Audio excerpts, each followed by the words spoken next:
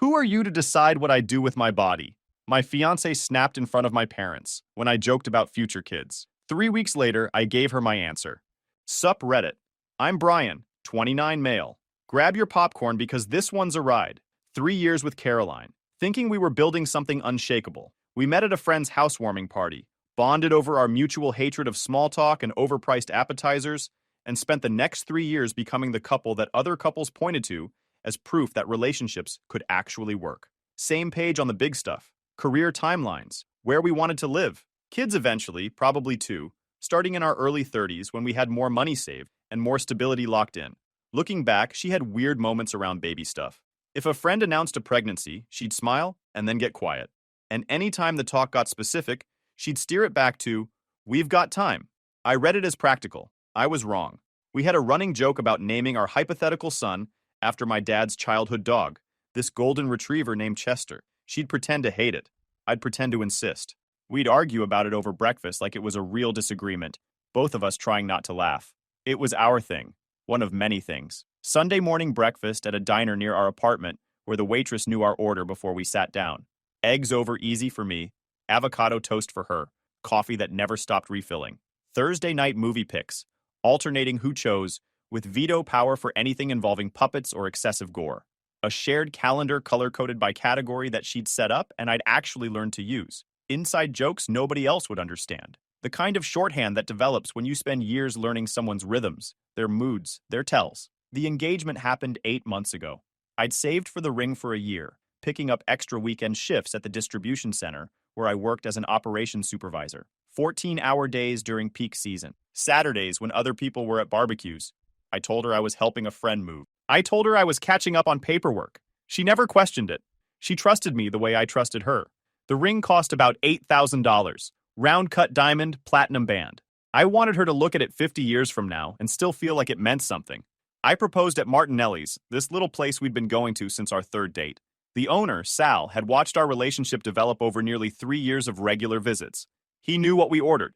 He knew our favorite booth. When I called to ask if I could propose there, he practically cried on the phone. Caroline cried when I got down on one knee. Sal brought out their signature tiramisu on the house. 2 spoons, the whole deal.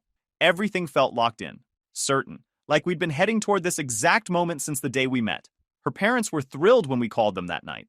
Her mom screamed so loud I could hear it through the phone speaker. My parents were thrilled when we drove over the next morning to tell them in person. My mom cried and hugged Caroline for about 5 minutes straight. We started planning within a week, venue research, caterer tastings, DJ meetings. We were organized about it. We made spreadsheets. We set budgets. We divided responsibilities. This was how we worked, as a team, splitting the load, building something together. By the time of the dinner at my parents' house, we'd put down deposits totaling about $12,000. Venue booked for next October, a converted barn outside the city that Caroline had found on some wedding blog. She'd shown me the photos one night, her eyes bright with excitement. "Can you picture it?" she'd asked. I could. I really could. Catering was locked in. Photographer confirmed. DJ was some friend of a friend who gave us a good rate. My name was on most of the contracts since my credit score was better. We weren't keeping score. We were building a life. We'd been living together for 2 years in a 2-bedroom apartment I'd had before we met. Lease in my name. She paid her share of rent and utilities monthly through Venmo. Never missed a payment. Never asked for exceptions. We'd combined some things but kept others separate. Both our names were on the streaming accounts. Our own names on our own credit cards. A joint checking account for shared expenses that we both contributed to equally. It worked. We worked. I trusted her completely. That was the foundation everything else was built on. 3 years of her showing up, being present, building alongside me. I had no reason to doubt any of it. The dinner at my parents' house was supposed to be a celebration. My mom had been asking to do a proper engagement dinner for months. Something more formal than the backyard barbecue we'd thrown together right after the proposal. She wanted to cook her famous pot roast, use the good china that came out twice a year, make the kind of fuss she'd been waiting to make since I was old enough to date. My parents had been married 34 years. They understood commitment. They liked Caroline. My dad especially appreciated that she could hold a conversation about something other than herself, that she asked him about his woodworking projects, and actually remembered details weeks later. Caroline seemed fine with the dinner plan. A little distracted in the days leading up, but I chalked that up to work stress. She was an account manager at a mid-sized PR firm downtown, handling clients who seemed to exist in a permanent state of crisis. Her workload had been brutal lately. Plus, her sister Bailey had been in town for the past week. Bailey was what my dad would have called a piece of work. She lived in Austin and ran a podcast called Unshackled Woman that had about 40,000 subscribers and a very specific worldview. The general thesis was that women were systematically tricked into domestic servitude by society and should prioritize radical self-actualization over traditional milestones. Marriage was a trap designed by patriarchal systems. Motherhood was a trap that derailed careers and identities. Relationships were acceptable only if they served the woman's journey and could be terminated the moment they became inconvenient. I didn't hate Bailey. I just found her exhausting. Every conversation became a lecture. Every dinner became an opportunity to workshop material. The first time I met her 2 years ago, she'd asked if she could record our interaction for a segment on how women's partners respond to boundary setting. I'd said no thanks. She'd posted about it anyway, without my voice, but with her commentary about my defensive body language and performative reasonableness. One of her followers had found my LinkedIn and sent me a message calling me a classic covert narcissist. That should have been a warning sign. Bailey saw everything as content. Real life was just raw footage waiting to be edited into engagement metrics. The week before the dinner, she'd been staying at our place, sleeping on the pull-out couch, eating our groceries, monopolizing Caroline's attention. I'd come home a few times to find them huddled together, voices dropping when I walked in. Bailey had her phone out constantly, sometimes recording voice memos, sometimes just typing rapidly. Once I walked in and heard her say, "This is exactly what I mean," before noticing me and going quiet. I didn't think much of it. Sisters had private jokes. Bailey left 2 days before the dinner. On her way out, she'd hugged Caroline for a long time, whispering something I couldn't hear. Then she'd looked at me with an expression I couldn't read and said, "Take care of yourself, Brian." Weird phrasing, but I let it go. I was good at letting things go. The night of the dinner, we drove to my parents' place in the suburbs. 45 minutes of light traffic. The house smelled like my childhood when we walked in. Pot roast, lemon polish, old books on shelves that hadn't been reorganized since I was in middle school. For about 90 minutes, everything felt perfect. We ate, we laughed. My dad told embarrassing stories about my Little League career. My mom asked about the wedding planning, and Caroline answered with what seemed like genuine enthusiasm. Then my mom asked about the future, grandchildren, not pushily, just warmly, curiously, the way moms do when they're imagining a next generation. I made a joke about cribs, a throwaway line I'd made a dozen times before without incident. Caroline's face changed, instantly, like a switch had been flipped somewhere behind her eyes. Her smile vanished. She set down her fork with a metallic click that silenced the entire room. "I never planned to be a mother," she said. Her voice was flat, completely stripped of the warmth she'd shown all evening. And I'd appreciate it if people stopped assuming that's on my agenda. The silence that followed was the loudest thing I'd ever heard. My mom's face froze, caught between confusion and concern. My dad set down his fork slowly. I just sat there, trying to understand what had just come out of my fiancé's mouth. Caroline turned to me. Her eyes were hard. "We've never actually agreed on that, you know. You just assumed. You and everyone else. My body, my choice, my future, my decision. I'm not some incubator for your family's expectations." I looked at her, confused. "Caroline, I was just what? Just deciding my life for me?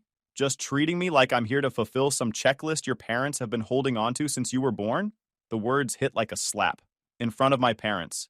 At a dinner meant to celebrate us. With a tone that suggested I'd been oppressing her for 3 years by occasionally mentioning the abstract concept of children.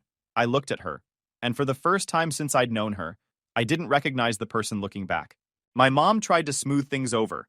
Classic Zoe, always the peacemaker. She said something about how everyone's entitled to their own timeline, how things change, how she didn't mean to put pressure on anyone. My dad said nothing, just watched. Caroline took a breath. For a second, I thought she might apologize, might realize how badly this had landed, might try to walk it back.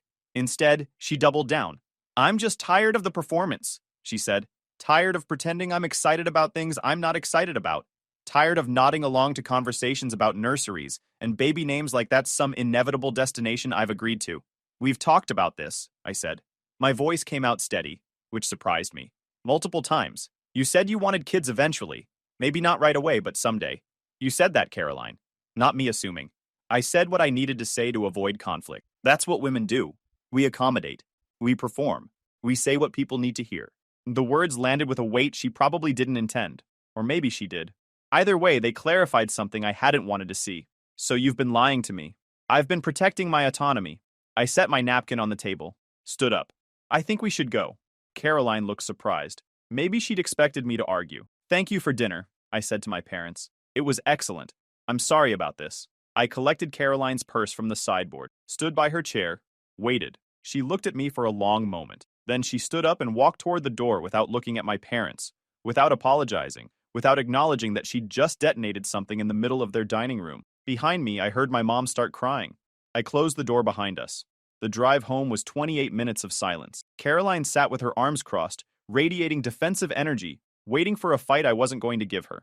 Every few minutes, she'd make a small sound, a sigh or a huff, like she was preparing for confrontation. I didn't say a word. When we got home, she went straight to the bathroom. Long shower. The kind you take when you're avoiding someone or gathering your thoughts for battle. She came out 45 minutes later, sat in the chair across from me. You're not going to say anything? What would you like me to say? The conversation went in circles for an hour. She blamed me for putting her on the spot. I pointed out she'd ambushed my parents at their own table. She said she was finally being honest. I said she'd been lying for 3 years about something fundamental. At one point, I asked what she actually wanted from this relationship. Not what she thought she should want. Not what Bailey told her to want. Her phone buzzed. She glanced at it. Her expression shifted. I want a partner who respects my choices without interrogating them. And I want a partner who doesn't hide fundamental life decisions until we're 8 months from a wedding. Seems like we both have things to think about. I slept in the bedroom. She slept on the couch. Her choice. I didn't sleep much, just lay there in the dark, running calculations I didn't want to run. The next morning felt like the first day after something broke, but before you figured out how badly. Caroline acted like nothing had happened. Made coffee, scrolled her phone, asked what I wanted for dinner like we hadn't just detonated something at my parents' table 12 hours earlier. I played along, went to work, came home, ate dinner in front of the TV. We moved around each other like strangers sharing an apartment, polite, distant, careful. 3 days in, I called James. James was my oldest friend. We'd met freshman year of college, stayed close ever since despite living in different cities for most of our 20s. He'd moved back to the area about 2 years ago, worked in insurance, and had the kind of grounded perspective I needed when my own head got too loud. He was the first person I'd told when I decided to propose. The first person I'd called when she said yes. We met at a coffee shop near his office. I told him everything that happened at the dinner. The outburst, the never planned to be a mother announcement, the way Caroline had looked at me like I was the problem. James listened without interrupting. When I finished, he took a long sip and set down his cup. That's rough, man. What are you thinking? I don't know yet. I'm still trying to figure out if this is a fight we can recover from, or if I'm just now seeing something that was always there. What does your gut say? I thought about it. Really thought. My gut says something changed, or maybe nothing changed and I just wasn't paying attention. James nodded slowly. Her sister was in town, right? The podcast one? Bailey. Yeah, for a week. And this started after that? I hadn't connected it that explicitly, but the timeline matched. Everything had shifted after Bailey's visit. I'm not saying it's definitely the sister, James said, but I've seen clips from that podcast. That woman could convince a fish to hate water. Just watch patterns. See what you see. Don't assume anything yet, but don't ignore anything either. It was good advice. Simple. The kind of thing that sounds obvious but isn't when you're in the middle of it. We talked for another hour. Not about Caroline, about work, about his dating life, about the trip he was planning to Colorado next spring. Normal stuff. It felt good to have a conversation that wasn't loaded. When we split up, he put a hand on my shoulder. Whatever happens, you know where to find me. Anytime. Over the next few days, I took his advice. I watched. I paid attention to patterns I'd been too comfortable to notice before. The late-night phone calls Caroline took in the bathroom, with the fan running for noise. The way she'd minimize her browser the second I walked into the room. The shift in her vocabulary. Emotional labor. Centering my needs. Relationship audit. Performative commitment. Radical self-prioritization. She talked like she was reading from a script someone else had written. And the more I listened, the more I recognized the source material. Bailey's podcast had become Caroline's background noise. She played episodes in the car, in the kitchen while cooking, in the bedroom before sleep. Always loud enough for me to hear. Sometimes I wondered if that was intentional, like she was trying to educate me without having to do it directly. I started actually listening instead of tuning it out. One episode was about the myth of the good partner. Bailey argued that women were conditioned to feel grateful for men who did bare minimum things, held jobs, didn't cheat, showed up on time, when they should be demanding more. Stable isn't a virtue, she said. Stable is a starting point. If the best thing you can say about your partner is that he's reliable, You're settling. The next morning, Caroline made a comment about how I never surprised her anymore. When I asked what she meant, she shrugged and said she just felt like we'd gotten into a rut. We'd been together 3 years. We had routines. I thought routines were a sign of stability. Apparently, they were evidence of stagnation. Another episode featured Bailey interviewing a woman who'd left her fiancé 3 months before their wedding. The woman described her ex as perfectly nice and stable, but said she'd realized he was a placeholder while she figured out what she really wanted. She talked about him like he was a rental car she'd returned when she didn't need it anymore. The next day, Caroline came home from work and announced she wanted to revisit our division of household labor. We already split things close to evenly. I did dishes and trash. She did laundry and bathrooms. We alternated cooking, but apparently I wasn't doing enough invisible work. When I asked what invisible work meant, she couldn't give specifics, just said I should educate myself about emotional labor and stop expecting her to manage everything. I went back through our shared calendar that night. In the past month, I'd scheduled 3 things. She'd scheduled 2. I'd initiated planning for 5 date nights. She'd initiated 1. I wasn't sure what she was managing that I wasn't seeing. Another episode dropped. This one was about financial autonomy within partnerships.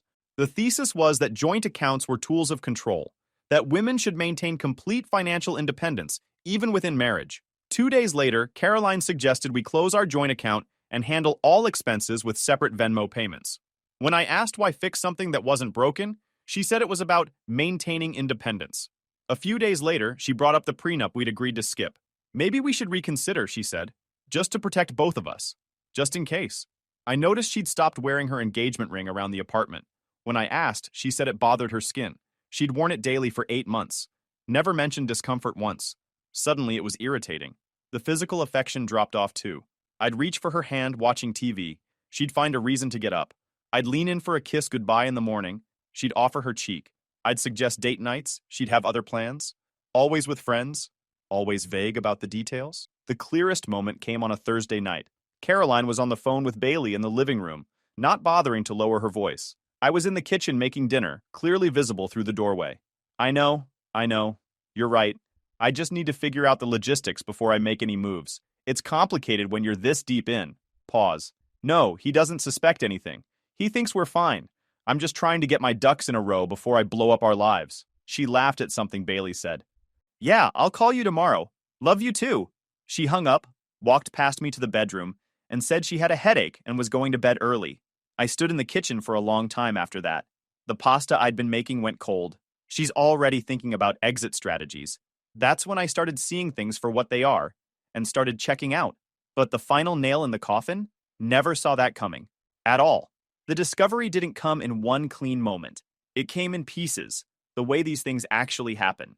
The first piece was an accident. About a week after the dinner, I was working from home. Caroline was cooking and asked me to grab her iPad from the bedroom. She wanted to follow a recipe. I found it on the nightstand, picked it up, and the screen lit with a notification preview. Text from Bailey. Did you reschedule the follow-up appointment? They said 6 weeks post-procedure is standard for the check-in. I stared at the words for maybe 5 seconds before the screen went dark again. Post-procedure. Follow-up appointment. 6 weeks. I brought her the iPad without saying anything.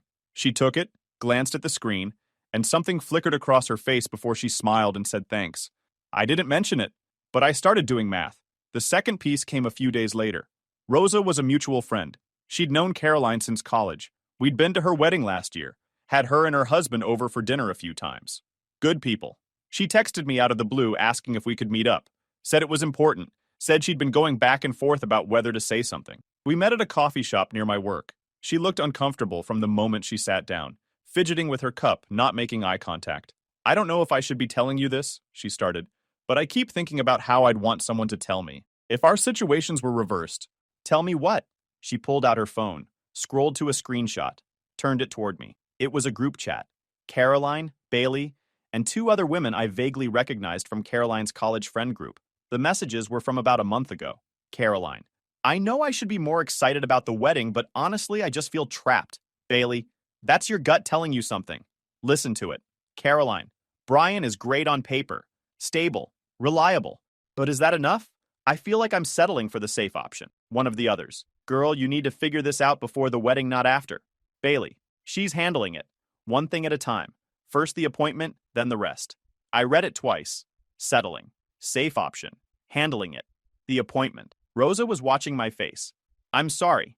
I didn't know if you knew about any of this, but the appointment, there's been talk in the group. Bailey's been telling people that Caroline had a pregnancy scare last month and took care of it. I thought you should know. In case you didn't, I sat very still. Did Caroline tell you she was pregnant? I shook my head. Rosa's face crumpled with something like guilt, or pity, or both. I'm so sorry, Brian. I really am. The third piece was confirmation. That night, I didn't go digging through her private stuff. I didn't need to. Our insurance sends explanation of benefits letters sometimes. The boring, this is not a bill envelopes. There was one addressed to her in the mail tray that she hadn't opened yet.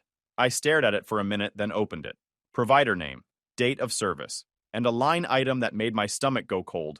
Pregnancy termination services, follow-up included. She'd been pregnant. She'd terminated the pregnancy. She'd never said a word to me about any of it. I sat on the couch until 2 a.m., not moving, not sleeping, just sitting there in the dark, processing. Her body, her choice. I believed that. Still do. If she'd come to me, told me she was pregnant, told me she didn't want to continue, we could have talked about it. It would have been hard, complicated.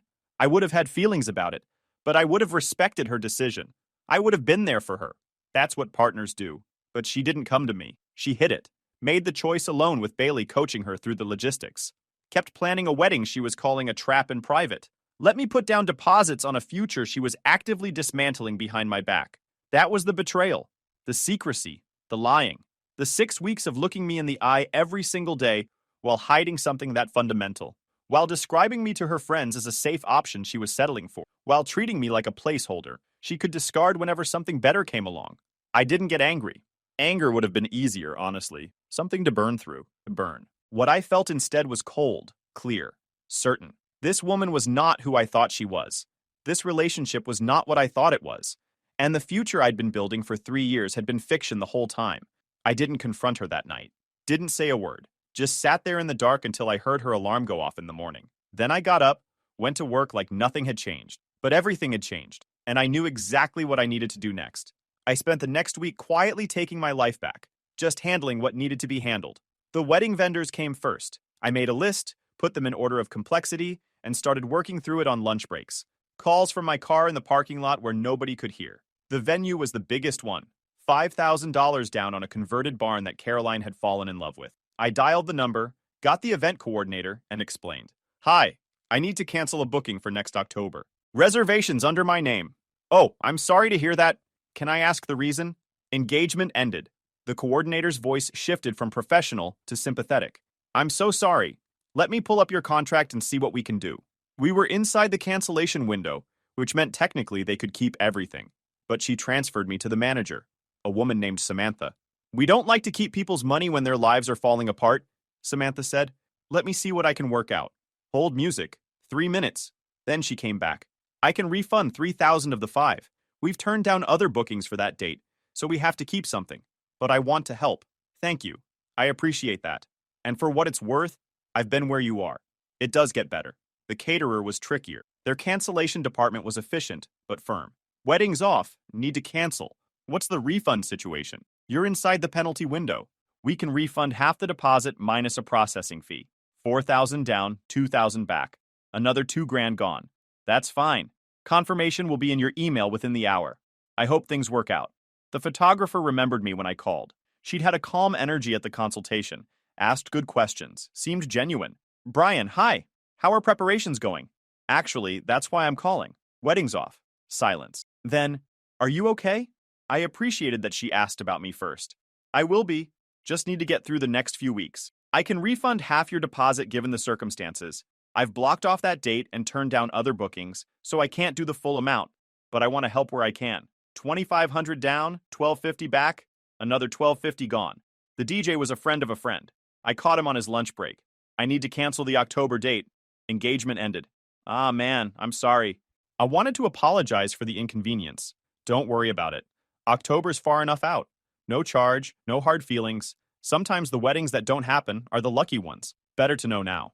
4 calls, maybe 2 hours total. 12,000 in deposits, recovering about 6.25.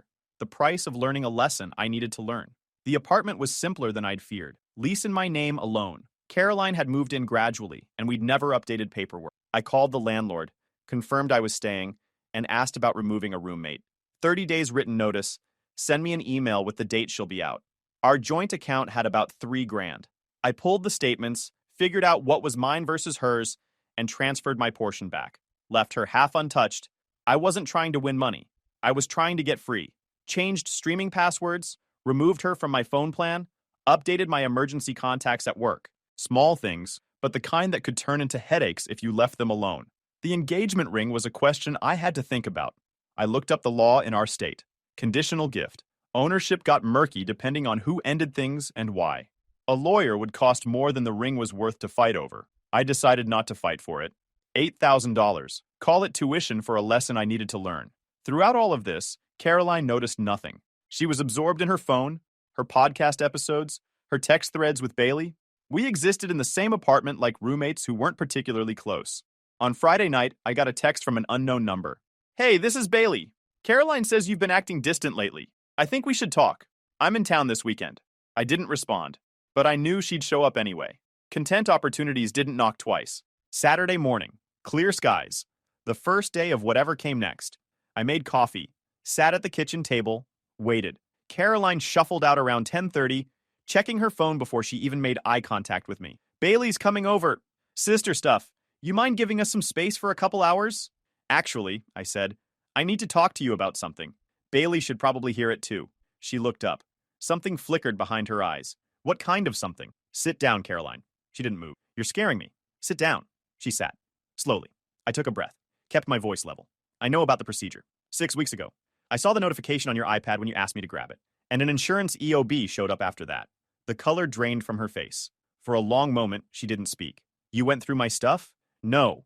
The EOB came to the apartment. I didn't go hunting. It showed up. The buzzer went off. Bailey. Perfect timing. Let her up, I said. She should hear this. Caroline walked to the intercom like she was moving through water. A minute later, Bailey came through the door with a shoulder bag and her phone already in hand. Screen angled like she was ready to capture something. What's going on? Bailey looked between us. Caroline, you look pale. What did he do? She's fine, I said. We're having a conversation. You're welcome to stay, but put the phone away. I have every right to put the phone away. This isn't content. If you want to narrate your feelings later, knock yourself out. Not in my living room. Bailey hesitated. She lowered the phone with obvious reluctance. Fine, but I'm staying. Wouldn't have it any other way. I turned back to Caroline. Here's what's happening. I've canceled the wedding. All the vendors have been notified. The apartment is mine. Lease is in my name. You have 30 days to find somewhere else to live. The joint account has been split. Your half is untouched. Caroline's face cycled through shock, denial, confusion. Then the tears started. What? You can't just... We didn't even talk about... This isn't fair? We're talking now. She tried the first angle. The emotional appeal. Baby, I'm sorry. I should have told you. I was scared. I didn't know how you'd react. Everything happened so fast and Bailey was here and I panicked. Stop. I held up a hand. You weren't scared.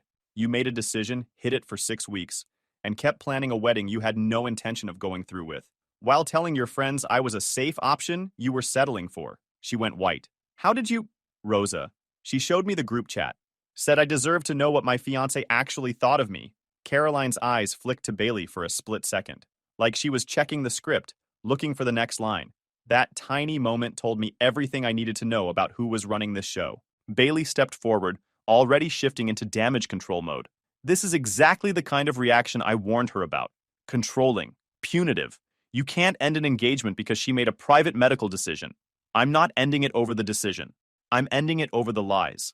The secrecy. The 6 weeks of looking me in the eye while hiding something that fundamental. The fact that she's been describing me to friends as a placeholder while I've been planning a future she was actively sabotaging.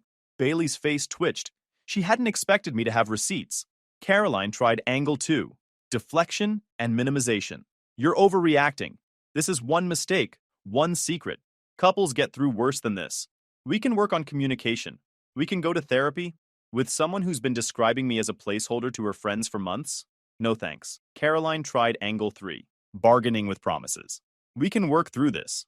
Couples therapy, individual therapy, a break while we figure things out.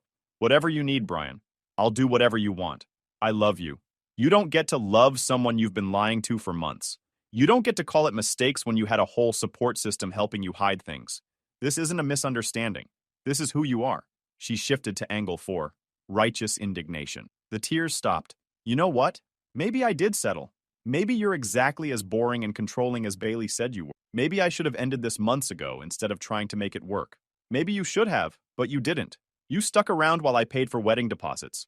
While I planned a future, you were actively undermining. That's not settling, Caroline. That's using someone. The room went quiet for a moment. Angle 5. The threats. Her voice hardened. If you do this, I'll tell everyone what kind of person you are. I'll post about it everywhere. I'll make sure everyone knows you abandoned me over a medical decision. I looked at her for a long moment. Go ahead. Tell whatever story you want. Post whatever you want. I'll tell the truth. That I ended an engagement with someone who lied about fundamental things while planning a wedding she never intended to follow through with. People can decide for themselves. She had nothing left. The manipulation playbook was exhausted. The tears weren't working. The threats had bounced off.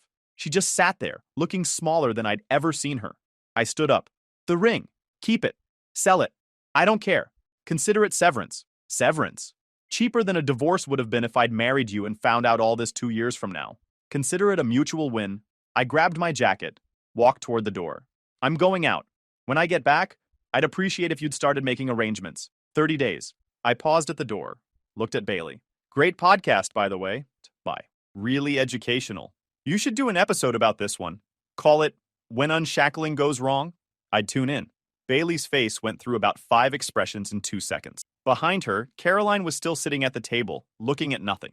Shell-shocked. The tears had failed. The threats had failed. And now she was sitting in an apartment she'd have to leave, facing a future that looked nothing like what she'd planned. I didn't feel sorry for her.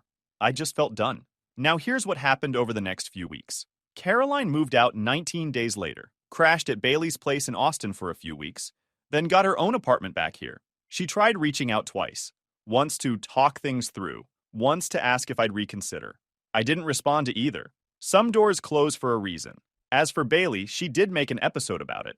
Called it When Sisters Choose Themselves. Framed the whole thing as Caroline's awakening and me as the controlling ex who couldn't handle a woman with boundaries. Got about 200 comments. Most of them were women saying Caroline dodged a bullet. A few were guys saying I dodged a missile. I'll take those odds. Guys, we are so close to hit 100,000 subscribers on this channel. If you are not subscribed to the channel, please consider subscribing. It really helps hit that 100,000 mark. Thanks for making this dream come true.